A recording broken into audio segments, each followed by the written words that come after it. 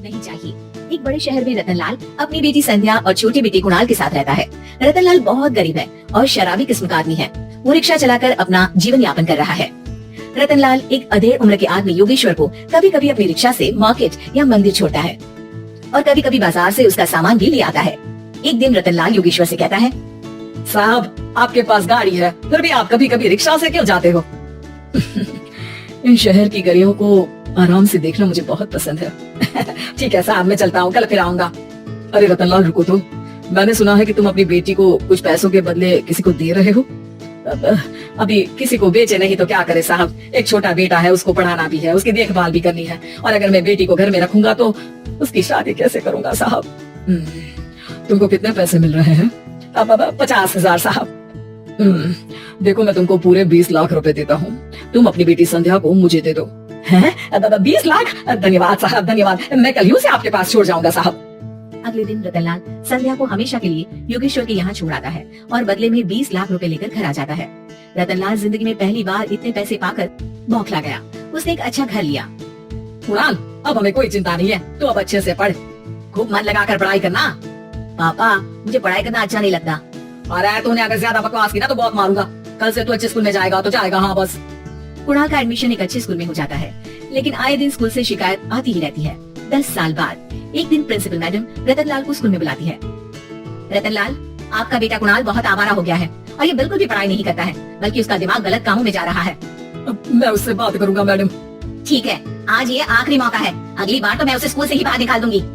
रतनलाल घर आ जाता है और कुणाल से कहता है, कुणाल बेटा, मैं तुम्हारे ऊपर इतना पैसा लगा रहा हूँ, फिर भी तुम स्कूल में सही से क्यों नहीं पढ़ते हो?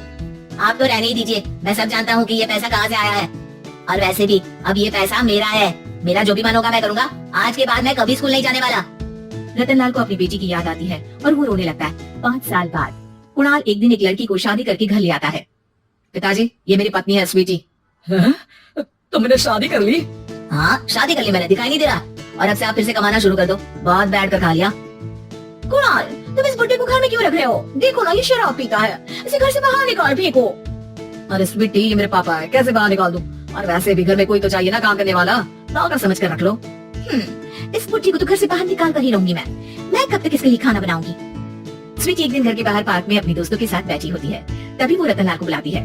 पिताजी, मेरे कमरे में मैं अपना फोन छोड़ आई हूँ, जरा ला कर तो देना। हाँ जरूर, अभी लेकर आता हूँ। रतनलाल फोन लेकर आ जाता है। कुछ समय बाद स्वीटी के फ्रेंड्स भी चले जाते हैं। स्वीटी अंदर आकर शोर मचाती है, चोर चोर। कहाँ है चोर? मुझे तो यहाँ कुछ नहीं दिख रहा। अरे ये अलमारी खुली पड़ी है, जरूर किसी चोर ने ही खोली होगी। अरे कौन आया था यहाँ? यहाँ तो पिताजी आए थे बस। अरे बहू, मैं चोर नहीं हूँ। मुझे तो आप पर अब बिल्कुल भी विश्वास नहीं है पिताजी, क्योंकि जब आप पैसे के लिए दीदी को बेच सकते हो तो आप चोरी भी तो कर ही सकते हो। अरे लेकिन वो सब तो मैंने तेरे भले के लिए किया था ना। मैं तो कहती हूँ कि हमें इनके कमरे की तलाशी लेनी चाहिए। तुम बिल्कुल सही कह रही हो, चलो। स्वीटी और कुणाल दोनों रतनलाल के कमरे की तलाशी लेते हैं और उन्हें वहाँ स्वीटी की ज्वेलरी और पैसे मिल जाते हैं। मैं तो पहले ही जानता था कि चोर आप ही हो, निकल जाओ मेरे घर से और दोबारा अपनी शक्ल मत दिखाना। रतनलाल आंखों में आंसू लिए घर से निकल जाता है। स्वीटी मन ही मन सोचती है, आज तो मेरी प्लानिंग सफल हो गई, जैसा मैं चाहती थी ऐसा ही किया और बड़ी आसानी से उस बुड्ढी को चोरी का इल्जाम लगाकर घर से भगा दिया। रतनलाल की हालत अब ज्यादा खराब हो गई और वो सड़क पर बैठकर भीख मांगकर खाने लगा। एक दिन वहाँ एक गाड़ी आकर रुकी और सड़क पर बैठे सभी भिखारियों को अपने सेंटर ले गई। एनजीओ की मालिक संध्या एक एक करके सभी को सुविधा मुहैया कराती है। तभी उसकी नजर रतनलाल पर पड़ती है। पिताजी। संध्या, तू? पिताजी, आपकी ये हालत कैसे हुई? ये सब मेरे पूरे कर्मों की सजा है जो मुझे मिल रही है, मुझे माफ कर दे बेटी। पिताजी, मैं आप पर बिल्कुल भी गुस्सा नहीं हूँ, क्योंकि आपने मुझे यहाँ भेजकर अच्छा ही किया, मेरी जिंदगी बदल गई। लेकिन ये सब हुआ कैसे बेटा? आप ये नए कपड़े पहनो, तब तक मैं योगेश्वर अंकल को बुला कर लाती हूँ। योगेश्वर अंकल? हाँ अंकल। योगेश्वर जी ने तुझसे शादी नहीं की थी? नहीं तो पापा, उन्होंने तो मुझे पढ़ा लिखा कर इस काबिल बनाया है कि मैं आज सबकी सेवा कर पा रही हूँ। रतनलाल पश्चाताप करके रोता रहता है। तभी योगेश्वर भी वहाँ जाता है। रतनलाल जी, आपकी ये हालत कैसे हुई, इतने सारे पैसों के बावजूद भी? क्योंकि मैंने बेटे और बेटी में भेदभाव किया था। लेकिन आपने ये कैसे किया, मुझे ये जानना है, बताइए। सालों पहले जब संध्या छोटी थी, तब मैंने एक बार एक आदमी से तुम्हें बात करते हुए सुना था, जो कुछ पैसों में संध्या को तुमसे खरीद कर शादी करना चाहता था। मैं उस समय एनजीओ में बच्चों के लिए ही काम कर रहा था और मैं किसी भी लड़की की जिंदगी खराब होते नहीं देख सकता था। इसलिए मैंने अपने जीवन की कमाई का एक बड़ा हिस्सा तुम्हें दे दिया था। सोच में कितना गलत था मैं, मुझे माफ कर दो। अब आप दोनों मेरे साथ घर चलो और आज मैं अपना सच्चा प्रायश्चित करना चाहता हूँ। योगेश्वर और संध्या रतनलाल के साथ घर जाते हैं। स्वीटी दरवाजा खोलती है। चोर भिखारी, तो फिर से आ गया? चल भाग यहाँ से बुड्ढे। ये घर तुम्हारे बाप का नहीं मेरा है, बाहर निकलो यहाँ से।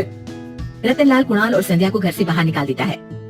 योगेश्वर जी, अब ये घर आपका है और अब आप यहाँ एक और एनजीओ खोल सकते हैं। शायद अब ये सच्चा प्रायश्चित है। संध्या अपने पिता के गले लग जाती है।